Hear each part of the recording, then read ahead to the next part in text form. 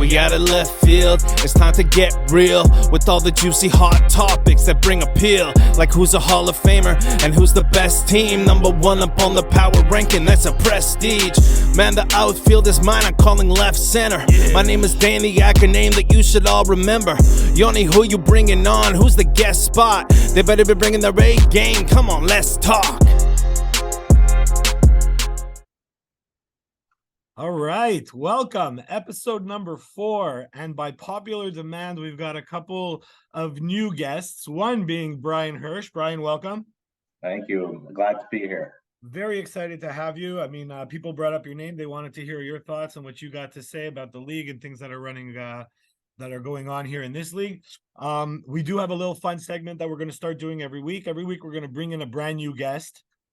This week we have 2 brand new guests, but we're going to have a brand new guest that's going to be a mystery guest. And I'm going to give you a few fun facts about the guest. And your job is to guess the guest before we reveal them. Kind of like Masked Singer style. Is that cool? Yeah, sure. You ready for this one? All right. Here we go. This person is quite the player. He has 15 more career hits than Yoni Lehrer. He's a great batter, and I'll give you some reasons. He's only struck out 4 times in his 6 seasons. Although he clearly has power both now and then, his career home runs is just under 10. He has patience, a career 36 walks, but he's really best known for his long post-game talks. He plays the game with great intensity.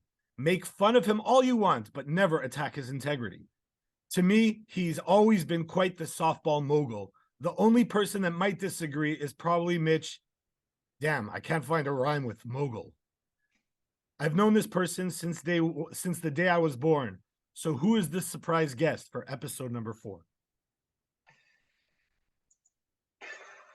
You threw out a lot of numbers there, a lot of facts. Could it be John Gal? Is that your final guess? It's my final guess. Mystery guest, can you please reveal yourself? John? Way to go, Hirsch. Nice poem, Yoni. You like that, John? Nicely done. Thank you. It was the I knew him my whole life that got it. Really? I would have thought the softball mogul line would have done it. He's definitely a mogul. Because I said the only person who might disagree is Mitch, and I couldn't find a rhyme for mogul. So anyway, that's that. We have a lot on tap today. A lot of things to go over. There were some games this week. I want to know if you were part of any of them, if you saw any of those games. We had the first game on tap. We only had 7 out of what, possible 12 games this week. Yeah, that's pretty good considering the forecast. Yes, so I was expecting to get just Sunday nights, and not even Sunday night because of the smoke day. Right? Yeah. That day I didn't expect to happen. Even though it didn't rain, it was expected to rain. It didn't rain. It was supposed to rain all week. The one day that it rained just a little bit and then was gorgeous from like noon on, the game was canceled. So we're going to go over the games that did happen. The first game was Mother Truckers and Mario Feast. Were any of you at that game? Did anyone see that game? No, I didn't see that game either. So Mother Truckers right now, they lost both their games last week, and now they started on a tear. They scored 22 points, only 8 against them. Is there anything you guys see about the Truckers? Do they seem dangerous to you at all? I mean, I could start if you want, John. I think the Truckers are very dangerous. I mean, they've always been a great offensive team. You know, when you start the draft with Camille, Randy, and Maislin, you know the team's going to be putting up runs. But what's different about their team this year, and I think is going to really move the needle, is the addition of the caddies. Having Mitch on the mound changes the game for your team. And trust me, you saw it last year with my team. I mean, the guy's a winner. He knows how to pitch players. And don't sell Max short. I think Max is one of the top second basemen in the league defensively. And he's got some pop to him. Maybe not a high average hitter, but he could be a difference maker at the plate in terms of extra base hits. So I think they're a contender this year. I fully agree. I mean, we played them in a crazy back and forth 18-17 game, which we came out on top. But I mean, despite that, I agree with you. I think Caddy is the best pitcher in the league in terms of pure pitching. I think he knows how to skirt the line as to how hard to throw, and he does that better than anybody else. I think the Truckers are a great hitting team, obviously, very fast. I mean, you mentioned Max Kadenoff. He smashed a home run off of me, legit home run to left center field. Their whole team is quick. I mean, Lawrence, Jesse Frankel, Matt Heiss. I mean, the guys who are going to quote unquote bat at the bottom really can run. And when they put the bat on the ball, these guys are very dangerous. And obviously, we don't even have to mention, the solid defense with Kliger in the middle there. It was a big addition for them. And Rich Rabinovich, who always hits like a one, hits like a one. And the Truckers, I think, are dangerous, and they got to be one of the favorites this year. So in their last game, they scored 22 runs, but they had a whopping 31 hits. 12 players playing, 31 hits. That's insane. 4 for 5 for Camille, 4 for 5 for Rabinovich, 2 for 5 for Rose, 4 for 5 for Kadenoff. That's their first 4 batters. Between their first 4 batters, they had 14 hits. That's incredible. And don't forget about Kliger. And then Kliger 5 for 5. Yes, it went Maislin 2 for 4 and Kliger 5 for 5.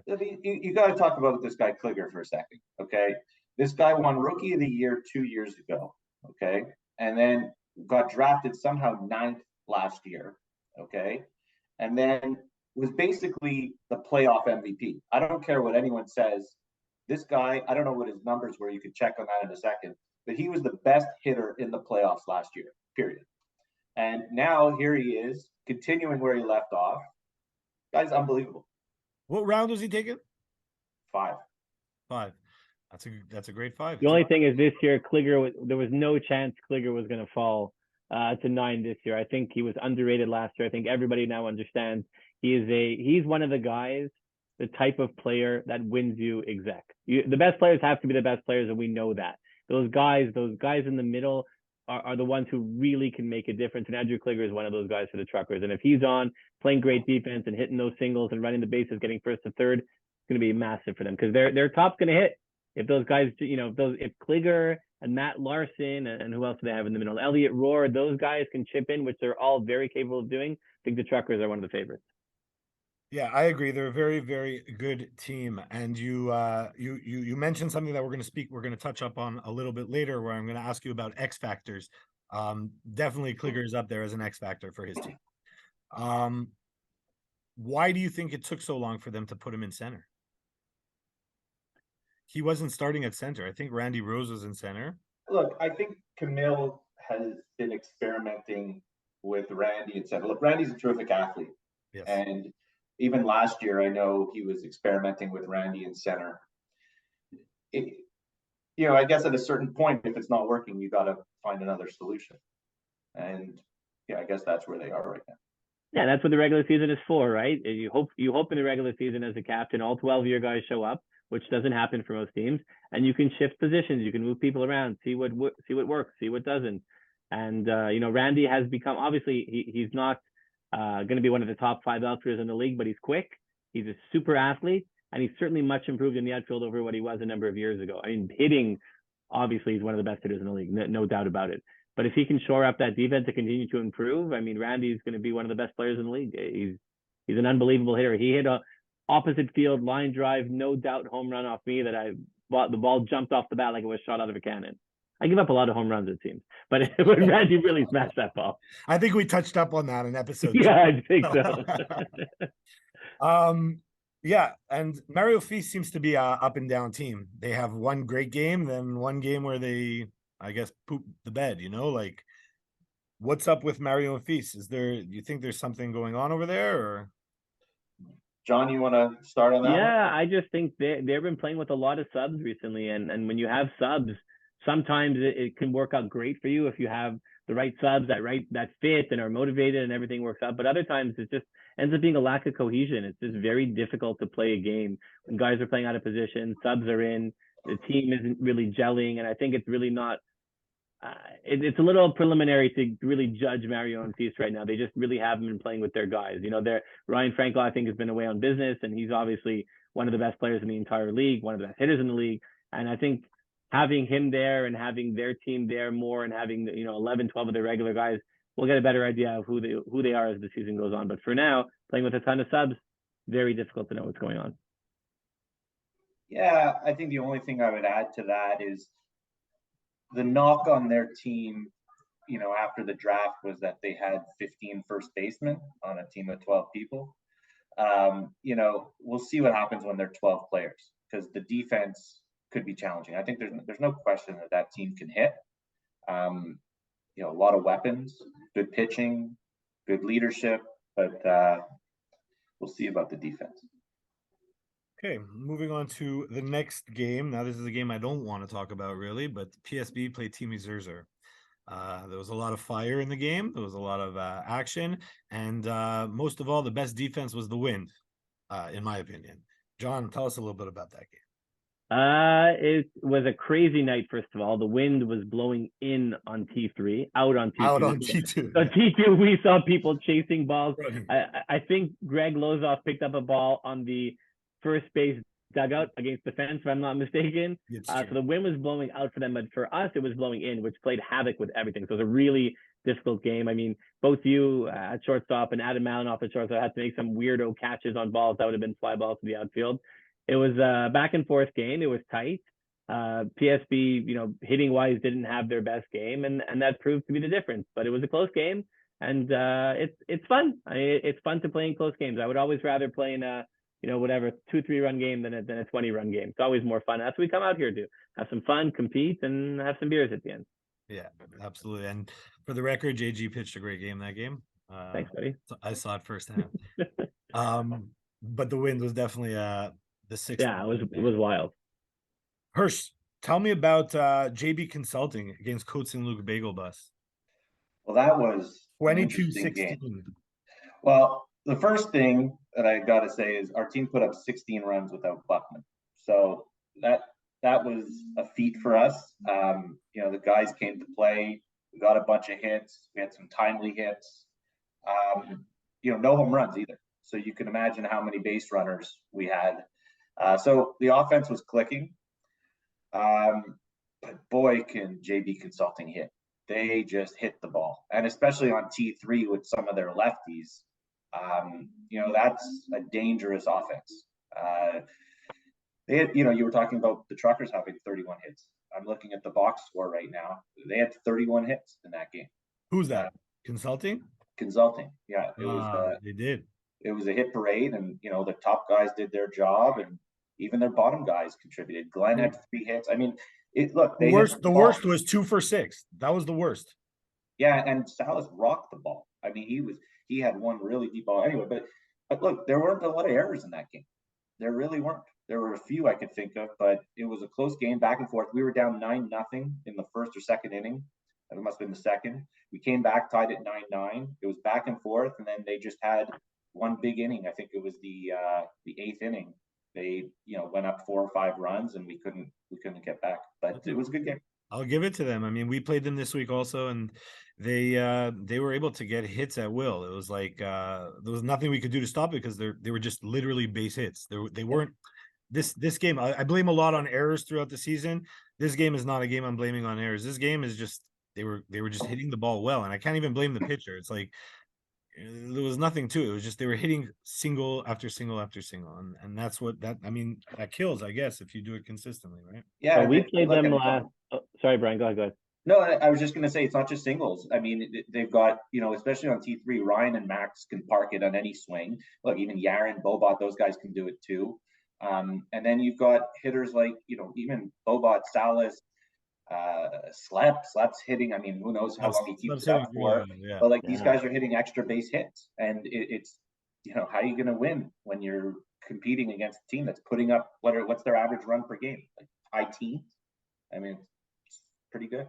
Yeah, we played them last week. We came out on top, but we played them at T3, and they had Cam was there for Bobot. That was another power lefty. And pitching to that lineup at T3 is not an easy thing to do. And the truth is, they hit the fence about 5 times. So in that way, it worked out for us, because had we been at T2, a lot of those would have probably gone past their outfielders or over outfielders. Those could have been home runs. But another night, the wind's going different. They hit the ball a bit different. They hit 5 home runs. Right. So you never really know, but they're a super dangerous team. Their offense is unbelievable. Like really, especially at T3, they're a very, very scary team. And Jason Burkowski, who nobody mentioned, Jason is having a tremendous season. And he's also, every time we play them, he hits me at least once with a line drive up the middle. So he did that in his first at bat, at least to me. But they're a very dangerous team and also a quick team. I mean, I know Yaron takes a courtesy runner, but overall they're pretty quick. And Glenn can hit as their 12, and I think they're dangerous. It's funny that you say they're pretty quick because they are statistically the oldest team in the league. Interesting. Well, look, Elon runs very well for a guy who looks like he shouldn't, but he legitimately does. And the rest of their team, obviously, Tony runs well. I will say this though, Ryan Burkowski is in his first year as a full-time pitcher, and it does take some time to learn how to pitch in this league. It's different from other leagues. So as the season goes on, as we get towards the playoffs, Ryan might really improve a lot. Right now, I feel like he's relying on kind of like the same speed. I don't want to say putting it over because he's putting some pace on it, but a lot of the same speed. And he's not switching it up, is what you're saying. Right. I think as he feels more comfortable, as he gets more used to pitching, and as we get to some type of rhythm where we're playing twice a week, I think Ryan's going to continue to improve. Look, yeah, Ryan and I played baseball together in Intercity, all for many years. He was always a great player, great ball player, great athlete, and I think he's going to improve as a pitcher. So if he steps up his game also, I think JB might be the favorite. Yeah, listen, which is what is funny because we're talking about all these teams, and all these teams are potentially the favorite. That's how much like parity there is in the league, is that every team has what it takes to win a championship. That's what it should be after a draft. It's a draft league. We should have that, and that's a sign of a healthy league. Yeah, well, that's unless you're just drafting your friends. Is that a shot at me? Oh no, I was just or is that a shot at Gal for the last 5 years? All right. But you're right. That's what this league is. I mean, look, every year the eight seed has a chance, and if guys get hot, look, right now these guys are hitting really well, but if they slow down, I mean, how many first round exits has Yaron had in the last so many years? He always it's the curse of first. He's always had the curse of first. Finishes first round. Well, and it happened last year to the PSB or whatever they were called. That team, also I think they went out in the first round and they were the first place team or second, whatever it is. So teams get hot, and that's what makes this league great. Is that we do a good job as an exec to make sure that everything is always competitive. And some people don't necessarily like the way we do it, but we always have a competitive product, and the games are always close, and everyone's always into it.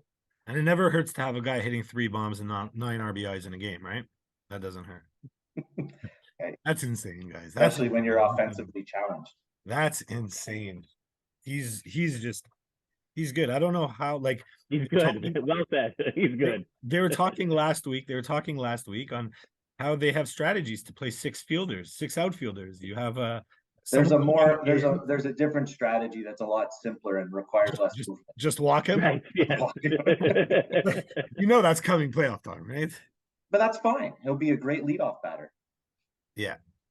Listen, strategy. You got to strategize, and everyone else got to strategize, and you got to adapt and work with what you got, right? Well, the truth is, you know what? If you look back at our draft, no matter who we would have taken there, everyone, we could have taken Rich, could have taken, we wouldn't really take Boba. It doesn't make sense. Whoever we took there is going to get walked, because unless we found someone to protect these guys, and if you look at where we were drafting, it wasn't really possible. Yeah. So it's, it is what it is, but we'll find a way. Don't you worry about the bus. Well, I'm not worried about the bus. I've seen the bus win crazy games this year. You guys beat, was it the Bears? You beat the Bears pretty easily. I mean, that's a big win. We lost to the Bears. To me, that they're like, I feel like they're probably the toughest team to me. Like, that's how I feel. Matchup based. It's always matchup based.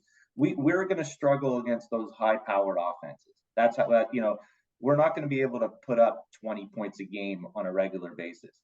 But the teams that are more defensive-minded, the teams that are, we beat the Bears twice. Now, they're great, don't get me wrong, but they're kind of similar to us. They're a good defensive team. They can hit. They're fast, very fast. Very fast. They're not, we're not so fast this year, but we could compete. I'm not Yeah, worried for about sure. the bus. I'm not worried about anybody in this league, to be honest, because anything can happen. I will say one thing about your draft, Brian. Obviously, Yoni alluded to the drafting your friends, but the one pick that may have made a difference, again, nobody could actually hit behind Buckman and legitimately protect him because everybody would rather pitch to somebody else rather than Buckman. But in your fourth pick, you guys opted for defense, obviously average in defense and speed, taking Carletti. But Jeff Rosenblatt was available there. And Jeff Rosenblatt is a premium hitter in this league. I know he likes to play with And a pretty damn good left fielder also. But, and he can play center if he's motivated to. Jeff's a great player. Yeah. So that's just I'm not saying Carletti was a bad pick. Carletti's never a bad pick. But if you were looking for the bat there, that may have been something to look at. Yeah, look, we definitely considered Jeff there, and I think there were other factors at play. But the other thing was because we took Buckman, we kind of wanted to have a second center fielder. Right. And knowing that we were going to take Wayne in the fifth, we knew that there wasn't a chance of us getting a center fielder there. And unless we were lucky that if someone slipped to us at 7, we weren't going to have a second center fielder. So I think that played into it. But yeah, like I said, there were other factors at play. It absolutely makes sense, 100%. I just want to move on. I'm going to talk about one more game. We spoke about 3 games. I'm going to talk about one more game, which I thought was the game of the week this week. The FDI Bears played against Flint Tropics. The game went into extra innings. It was a back and forth game. The Bears had the lead, and the Tropics came back. The Tropics ended up taking the lead. The Bears came back, and it came down to the 10th inning. The hero of the day, Mitch Fuchs. Mitch Fuchs hit a walk-off, beautiful walk-off hit, would have been more than a single. Obviously, they were playing in because bases were loaded. I think if I'm not mistaken, I think the Tropics were up 1 going into the bottom of the 10th. And the Bears scored a run, and then they loaded there was a single, and then they automatically walked both Greg Cates and they walked Ethan Fagenbaum to load the bases. There was 1 out. They wanted to load the bases. I guess they didn't, or there was a guy on third. Sorry, it was on third. So they loaded the bases automatically, and Mitch Fuchs comes up, and Mitch Fuchs hit the ball nice. It was a clutch moment for him. So I just wanted to give him some credit there. Another player hitting the ball really, really well for the FDI Bears, Shane Goldstein. He is absolutely destroying that ball. You were talking about X factors. Shane Goldstein has the ability to have extra base hits every time he steps up to plate. He's he's got power, he's got blazing speed, and he's a difference maker in this league when he gets up to bat.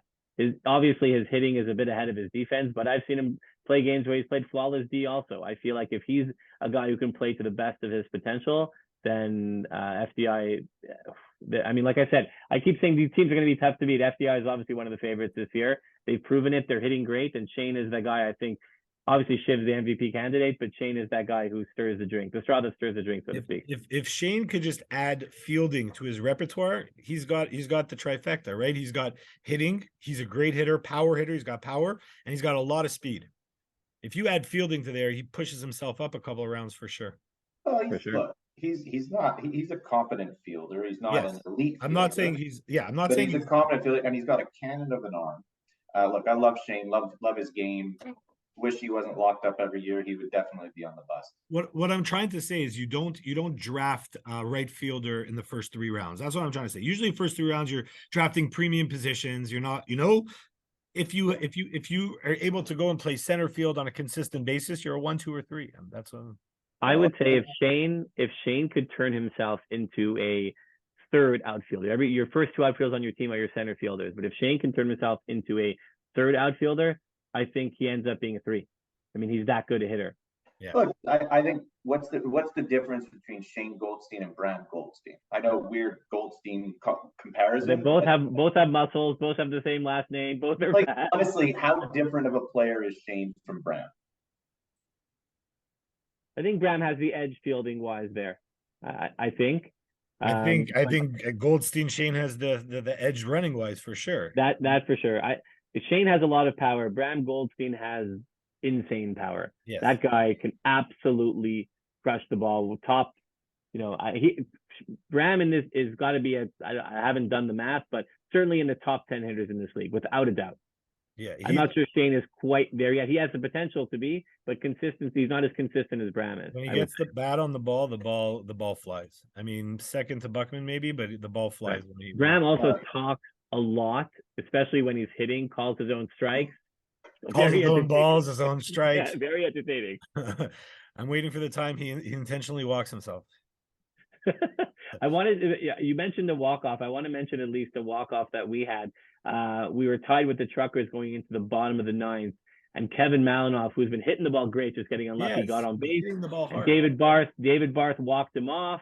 It's always a fun moment in any league, no matter how old you are, to have a walk-off. So I just wanted to mention that. Kevin Malley set him up. David Barth knocked it down on the walk-off. So that was lots of fun. Just a fun fact. When we do our over-unders today, if we get there, walk-off victories is in there for over-unders. So that should be fun. So you're saying there were at least 2 walk-offs last week, 2 in 7 games. Good. I want to just move on. Let's go over some X factors. I said we were going to talk about X factors. You guys named me 2 already. You gave me the Truckers X factor in Andrew Kliger, and you gave me the Bears X factor in Shane Goldstein. Can we go through the other teams and say who's the player that you need to do something to guarantee yourself a victory, whether it's offensive or defensive? Who is that player that you need per team? Let's start with Mario and Feast. Mario and Feast. Let me just pull it up. Well, I think Mario and Feast.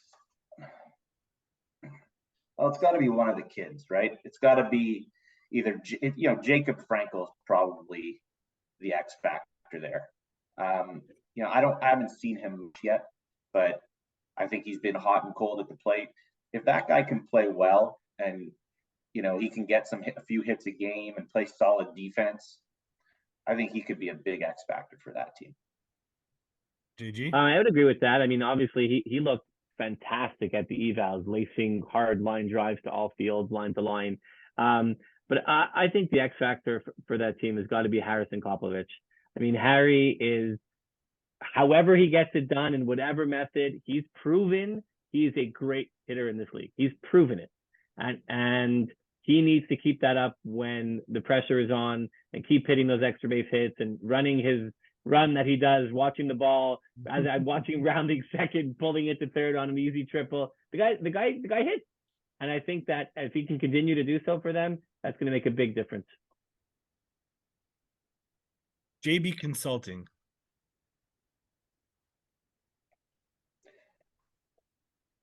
I got to go with Salas. I mean, they drafted him in the 8th round.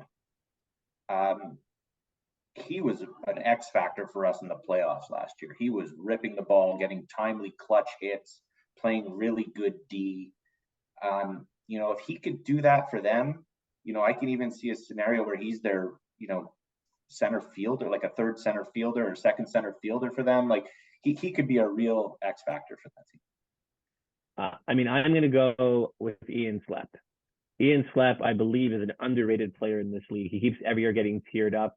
His defense, he plays premium defense at every position, which is not easy to do for somebody who's not in the first 2 rounds, and even hard to do for anybody in this league. And he's hitting the shit out of the ball. The guy's hitting amazing.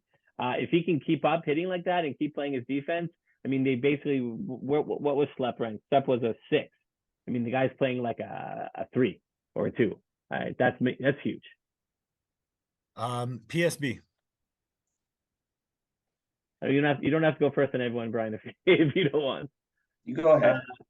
Yeah, I would say for many reasons, the X factor is Kiki Azurzer. Kiki brings you all the intangibles you want.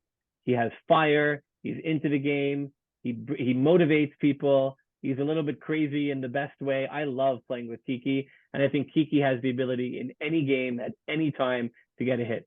Defensively, he's got a great glove, can play anywhere in the infield. And I see a box score and Kiki goes 5 for 5 with three doubles. Never surprised. I love Kiki. I'd go to softball war with him any day. I think he's there. For the record, this is my first year playing with Kiki, and I love the guy both on the field and off the field. He's so positive, but he's a party animal. He just wants to love it. He's the best. Love it. Yeah, look, I think you know what you're getting from Kiki. I think Kiki is solid and you know what you're getting from him. So I wouldn't call him an X factor. I think I'm looking at this roster. I think it's probably between McGraw and Balafi. I know I have to pick one, but it's hard for me to do that here. Look, I think just quickly, we saw early in the year what McGraw can do. He's got that bat. He could be an X factor there. But Balafi's kind of been a bit of a sleeper in the last few years. Like, no one's talking about Balafi. I mean, there was a time where Balafi was going at the 4-5 turn. People were expecting a lot of home runs for him. Like, if he can get that power stroke back, he could be a real factor for that team. Timmy Zerzer. Hirsch, I'll let you start with that one. That's an interesting one. I think Derek Caparici is an X factor on that team. Derek is a great hitter, but I'm just looking at his numbers right now. They're a little soft to start the year. But if he can get that back going and be an offensive factor, that'll help that lineup in a big way. And then defensively, he's had a couple of shaky seasons, and people were sleeping on him a bit this year in the draft. And if Derek can play solid D, Zerzer can be a factor. They could make a run. John, do I get to answer for my own team? Yeah, you don't have to. You can. I would say Derek's a good choice. Ed Stock is a good choice. Who his numbers don't reflect how clutch he's really been. He's been a great hitter, super clutch, playing very solid. I watch him navigate the uneven outfield and still coming up and making the catch. So I think he's doing great. But I think the X factor is Matthew Mann. Matthew Mann has all the talent in the world. Young guy, can hit, can run, absolute cannon of an arm, and he just has not yet had the season where he puts it all together and becomes a 500 plus hitter, because he has plus defense everywhere. He's plus in every category, and he's also super, just a really nice kid. Really like him. I'm happy to have him on my team, and I'd love to see him put it all together and take that step into being an elite player in this league, because I think he definitely has it in him. Awesome. We have about 5 minutes. I just want to finish the last two teams. Flint Tropics. Yeah, I think that's a no-brainer. It's Logan White. We know most of those guys. We know what they bring to the table. They were drafted probably in the right spots, but Logan White, because he's a rookie, because he's such a good athlete, like, that guy is going to make or break that team. If he plays well, that's going to be a tough team to beat. I would agree with that. I not much to argue there. Logan White, great athlete. I think he has all the talent in the world to become an elite player. I agree 100% as well. Okay, last one. Code Saint-Luc Bagel Bus. Gal, you go ahead. Code Saint-Luc Bagel Bus. You can't. I'm assuming we're not allowed to say Buckman. No. I'm asking. Buckman, you know what he's going to do. I'm asking for the person you need him to do. Yeah, I'm waffling between two guys, but I'm going to go with Dave Merrow. I think Dave Merrow proved last year that he can hit. He can hit in the playoffs. He can be clutch. This year, he's struggled a bit. Obviously, he's only played half the games and is struggling. But I think Dave Merrow has the potential at any point in time to launch a massive home run down the left field line. And I think that if he hits for that team, make a massive difference. We're talking just offensively now.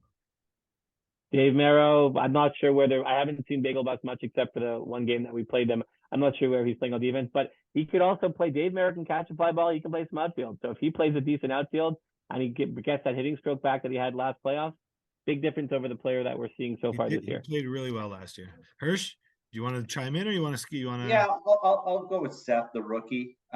We took a gamble on Seth, in the 8th. I like his game. I think he's a good pitcher, keeps us in games, keeps everyone, on their toes, because he throws strikes and catches people off guard. But if he can get the bat going, like, he's been smashing the ball, but he has a tendency to be ahead of pitches. But if he adjusts to the slow pace of this league and starts hitting the ball in play, he can help us a lot. Yeah, I agree 100%. He's a great player and a great addition to this league. Yeah, for sure. Okay, he brings bagels. Yeah, he brings bagels. I wanted to go over early MVP talk, defensive player, rookie of the year. We're not going to have time. We only have 2 minutes left. So we're going to go to the over-unders. We're going to save that for the next episode, which is going to be closer to halfway, I think, of the season. So we're going to do some over-unders. Walk-off victories this week, 1.5. I go under. I'll go over. Okay. I'm going to come back to you guys later in the week to see who did better. Home runs this week, 10.5. Oof. There's 8 games. I go over. I give up 3 a game, so I'm contributing Hirsch, Let me just see. I want to see who's on T3. there. JB Consulting T3, JB Consulting T3. Yeah, it's the over for sure. okay. A lot of JB Consulting on T3. RBIs for Bram Goldstein, 4.5. Over. Over. Caddy K's, 3.5. Under. Under. That's tough. Strikeouts in this league are tough. Okay. Amount of extra innings played, 2.5. Under. We run out of time sometimes for the extras. It could, but it's throughout all the games. People who watch this episode, 155.5. What was the viewership on the first 2? The first one about 300. Second one is about 2 something. Third one is Who the hell's watching this? Are these unique? Are these unique views or repeat? These repeat watchers? yeah. I'm guessing we have people watching everywhere, which is amazing. I love it. It's not repeat watchers because it takes your IP address. Okay, I'm going over because Brian Hirsch is on this podcast. I'm going over. Oh wow, there you go. Guys- I'm going for the over just because I want this podcast to succeed and I want to see it flourish. I appreciate that. We're going to get cut off any second. I just want to say thank you to you guys for coming out. It was really special to have you guys. It was a treat. I hope this isn't the last time. I hope we see you guys again. Your insights are invaluable to this podcast. So thank you so much. Thanks for having us, Yoni. Much appreciated. All right, guys. Have a great one. Take care. Have a Good long luck weekend. this week. Good luck this week, guys. All right. You too. Okay, bye.